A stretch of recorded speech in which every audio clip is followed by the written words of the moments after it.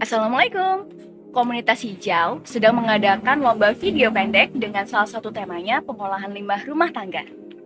Nah, ini wadah yang tepat untuk menyebarkan informasi baik yang sudah kita tahu dan sudah konsisten kita lakukan untuk lingkungan.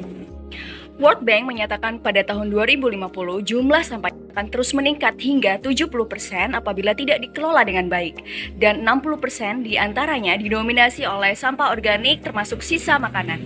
Sampah dapur yang berasal dari skala rumah tangga adalah salah satu penyumbang terbesar sampah organik di TPA. Hayo, siapa ibu-ibu, bapak-bapak, adik-adik, kakak-kakak yang kalau buang sampah masih seperti ini? Dan seperti ini. Mencampur sampah organik dan anorganik menjadi satu di wadah kantong atau plastik tertutup. Ini berbahaya, apalagi kalau sudah tertimbun di TPA. Selain bau menyengat yang tidak sedap, sampah organik yang terperangkap di dalam sampah anorganik, apalagi sebagian besar dibuang dalam kantong plastik tertutup, akan menghasilkan gas metana yang berlebihan.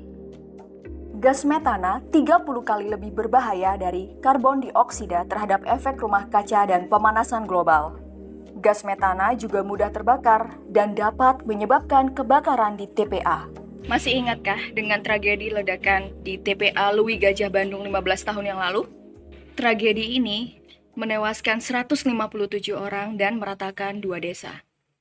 Tragedi ini terjadi karena ledakan gas metana yang diikuti oleh longsoran sampah. Ternyata, sampah dapur dan sisa makanan di TPA memiliki dampak buruk yang signifikan. Lalu, apa sih hal yang kita bisa lakukan dalam level individu dan skala rumah tangga dalam mengatasi hal ini?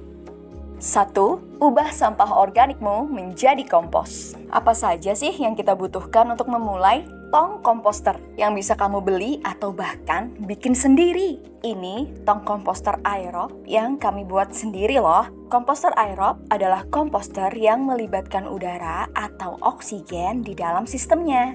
Selanjutnya kita membutuhkan nitrogen atau elemen green dari sampah organik seperti sisa potongan sayuran, buah, cangkang telur, kantong teh, dan lain-lain. Lalu kita butuh karbon atau elemen brown seperti daun dan ranting kering, kertas bekas, kardus bekas, kulit kacang atau kulit kuaci, serpihan kayu, dan lain-lain. Jangan lupa potong kecil-kecil dulu semua bahan ya, supaya proses penguraian kompos jadi lebih cepat. Masukkan elemen green dan brown ke dalam komposter. Jangan masukkan produk susu, sisa daging, dan makanan berminyak ke dalam komposter, karena hal ini bisa menimbulkan masalah pada proses pengomposan.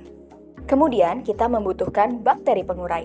Kami memakai EM4 yang telah dilarutkan dengan gula dan air dengan takaran 2 tutup EM4, 2 sendok makan gula, dan 500 ml air.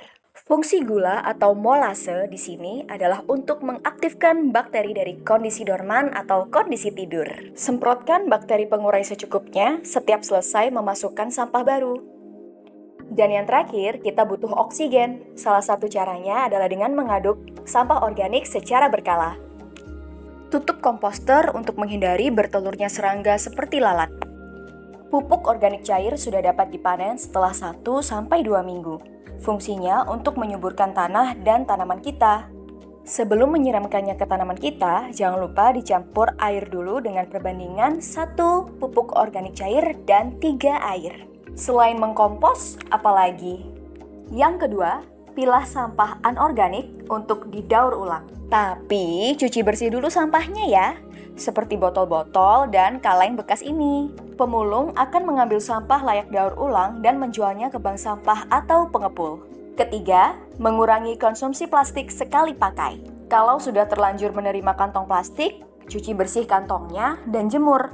Lalu lipat dan pakai lagi. Atau kamu serahkan ke penjual di pasar ketika berbelanja. Dan yang terakhir, belanjalah, masaklah, dan makanlah secara bijaksana dan secukupnya untuk menghindari food waste atau sampah makanan. Start small, then expand. Mulai dari hal yang kecil dulu, lalu kita berkembang ke aksi yang lebih besar dari situ. Minimal bisa jadi contoh yang baik untuk anggota keluarga di rumah, khususnya anak-anak. Karena masa depan bumi yang baik ada di tangan mereka.